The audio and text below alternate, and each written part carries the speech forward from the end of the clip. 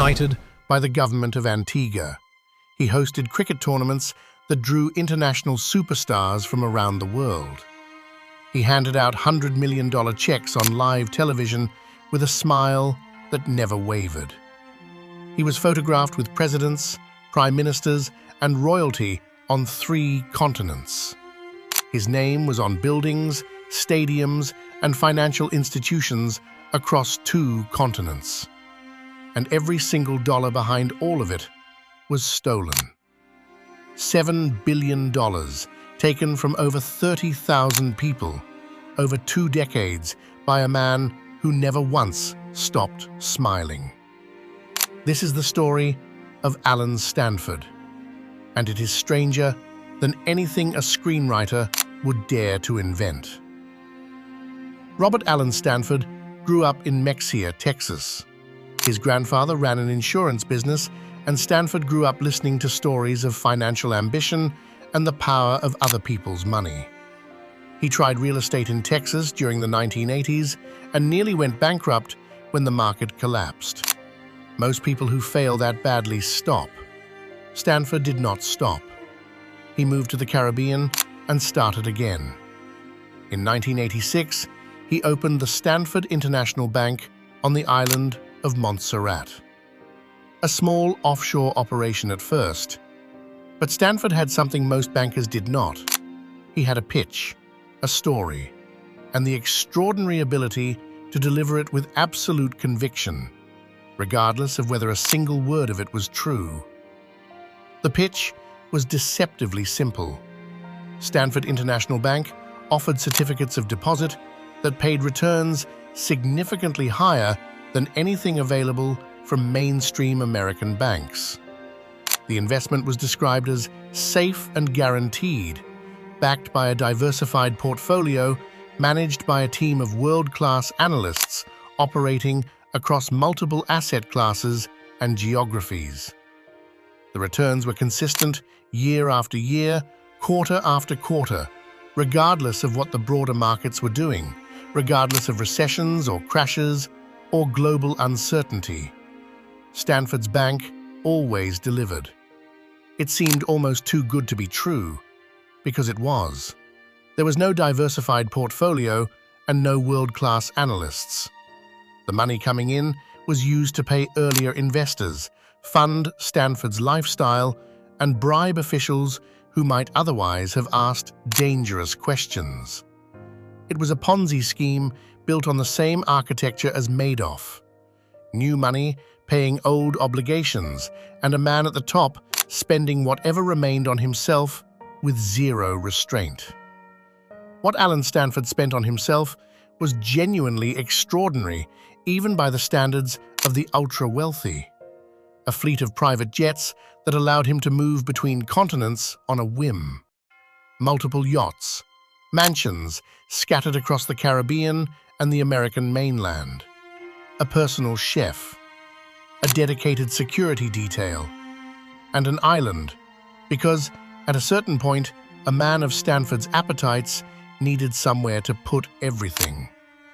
He funded Antigua's financial sector and received treatment normally reserved for heads of state. The government gave him land, tax concessions, and ultimately knighted him. Sir Alan Stanford, a boy from Texas who had failed at real estate, now holding a knighthood from a Caribbean nation he essentially controlled. And then came cricket. Stanford understood something profound about legitimacy, about how wealth is perceived and validated by the people around it. He spent $100 million sponsoring a cricket tournament between England and a West Indies team, and chartered a helicopter to land directly at Lord's Cricket Ground in London, carrying a glass case containing $100 million in actual physical cash. On live television, in front of the entire watching world. It was one of the most audacious publicity stunts in the history of sport, and it worked perfectly. Nobody seriously questions the credibility of a man willing to display that kind of wealth so openly and so publicly. Nobody asks where the money came from when it is sitting right there in a box in front of the cameras. The investors kept coming. 30,000 of them across the United States, Latin America, and beyond. They were retirees, teachers, small business owners who had saved carefully for decades and wanted somewhere safe to grow their money. Stanford's bank promised exactly that.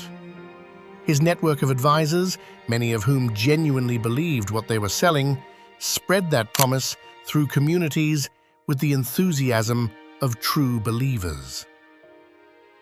The Securities and Exchange Commission had been receiving warnings about Stanford for years. Investigations had been opened and quietly closed.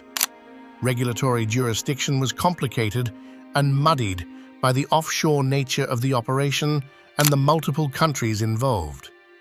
But in February 2009, just months after the Madoff scandal had already shaken global confidence in financial regulators to its foundations, the SEC finally charged Alan Stanford with fraud. The collapse was instantaneous. Stanford International Bank froze every account it held. 30,000 investors discovered in a single moment that the money they had trusted to Alan Stanford was simply gone. The certificates they held were worthless. The world-class portfolio did not exist. There was nothing there at all. Stanford had taken approximately $2 billion for his personal use, and everything else had been paid out over the years to keep the scheme alive and to fund the bribes that kept official scrutiny at a comfortable distance. Stanford was arrested. He claimed a traumatic brain injury had erased his memories. The court was not persuaded. In 2012, he was convicted on 13 counts and sentenced to 110 years in federal prison. He will die there. The victims received pennies on the dollar, and some received nothing at all. Retirees who had trusted the returns, Latin American families who had placed their savings into what appeared to be a reputable institution. People who had done everything correctly and were destroyed by a man who never intended to return what was theirs. It lasted because Alan Stanford understood that confidence is a performance. The scheme had run for nearly 20 years, across multiple countries, through multiple regulatory systems, and almost nobody had stopped it. That if you perform wealth convincingly enough and publicly enough, the people who should be asking questions will instead be taking photographs. He bought legitimacy the same way he bought everything else, with other people's money, until there was none left to buy anything with at all.